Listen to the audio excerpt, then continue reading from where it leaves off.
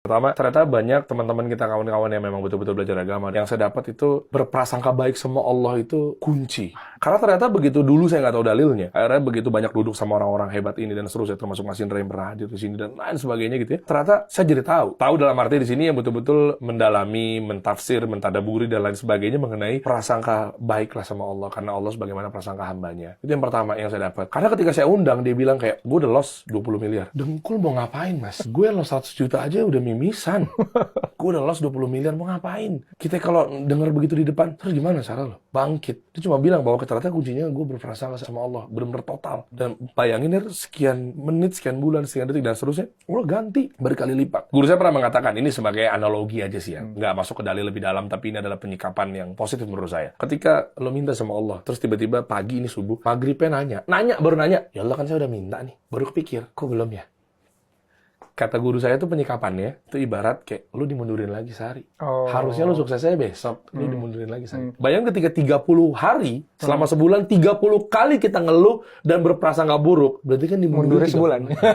Itu guru saya tuh, saya pasti ingat banget perkataan itu waktu kajiannya. Artinya ini penyikapan terhadap berprasangka baik sama Allah. Nah, nanti kena tuh, nggak ikhlas. Terus abis itu mintanya nggak waktu yang tepat lagi, nggak tiba. Waktunya ngasal. Kita mau naik gaji aja kan kadang kita caper dulu mas, di kantor. Pakaian rapi, tiba-tiba wangi dan seterusnya. Puji-puji bos, baru bisa kali. Mau gitu pun bahasanya terserah deh. Masa minta sama Allah tiba-tiba kayak, ya Allah aku mau kaya ya Allah. Coba dong di waktu yang mustajab. Ada pada bener puji-puji Allah dulu kalau kata guru saya. Salawat dan salam kepada Rasulullah. Baru kita minta. Yang kedua, ilmu. Saya dapat dari Mas Indra, saya dapat dari dan lain-lainnya gitu ya. Oh banyak banget. Oh ternyata ilmu dulu mereka. Jadi ilmunya tuh harus bener. Mereka tuh cerita bahwa kayak, iya kemarin pengalaman gue ketika gue workshop, gue belajar sama ini, sama ini. Dapat loh gue. Lu niat itu ya. Sesimpel itu. Beli baju yang mewah, sepatu yang mewah, mobil yang mewah, niat. Tapi beli buku, beli ilmu, online, workshop, ya Allah. Nggak sebanding, men. Yang pertama, prasangka baik. Dua, ilmu. Nah, yang ketiga, betul-betul harus istiqomah, mas. Konsisten. Itu klise dan klasik. Namun, ketika kita nggak jalankan, kadang hujan turun aja. Jadi masalah tuh pengusaha martabak. Kok sepi? Tanya bosnya. Pegawainya letup. Hujan, Pak. Wah, Allah.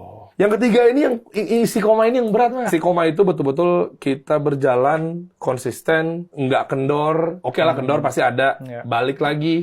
Kita betul-betul jelas, kita betul-betul sungguh-sungguh. Nah, itu yang saya dapat juga sama mereka. Ketika mereka udah berprasangka baik, belajar deh, kejar. Ada apa nih di sini nih? Ada kesempatan apa? Ada belajar. Sekarang ilmu kan luas banget ya.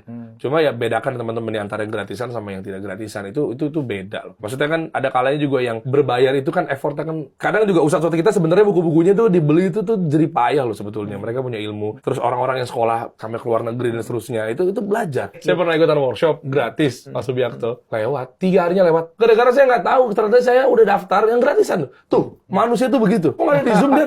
Udah mulai ya Pak Bi. Akhirnya kalau saya bayar, minimal kan ingetin istri. Aku udah transfer ya. Bulanan kamu yang kemarin kepake buat workshop. Ya udah, lu pakai bulanan, bener lu pakai buat belanja susu. Berarti lu bener ya bisnis lo ya.